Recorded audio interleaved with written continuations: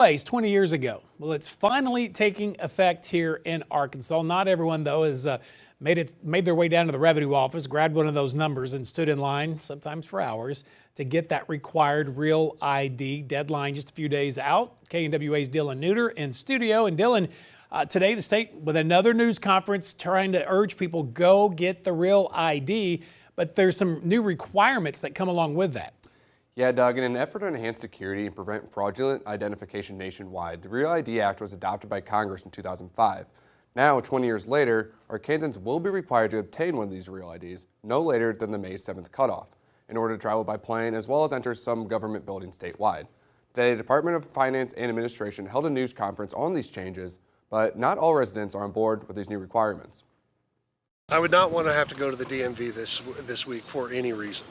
With the deadline quickly approaching, a large number of people are expected to try and get their ID beforehand. Secretary of the Department of Finance and Administration, Jim Hudson, says additional revenue offices will be open statewide to help alleviate the expected large crowds. With the demand that we see coming in the next couple of weeks, I've asked Commissioner Collins to also provide some additional capacity by opening 5 of our revenue offices this coming Saturday in select cities around the state.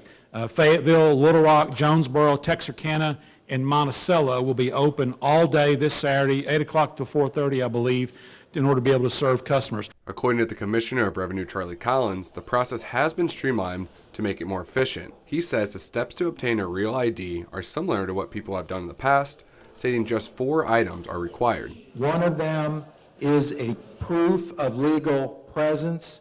A second is a proof of identity. A third is a social security number, and the fourth is the proof of residency. However, some residents aren't thrilled with the idea of going back to the DMV, and they aren't convinced the process is that simple. I took 2.5 hours to get my picture taken. My ID was still valid, so it wasn't even like I had to go through all of those hoops.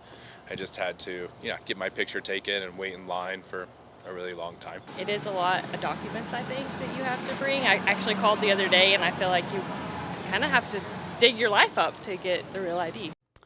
And if you find yourself without a real ID and you're still not sure how exactly to get one, don't worry, we got you covered. Just visit our website,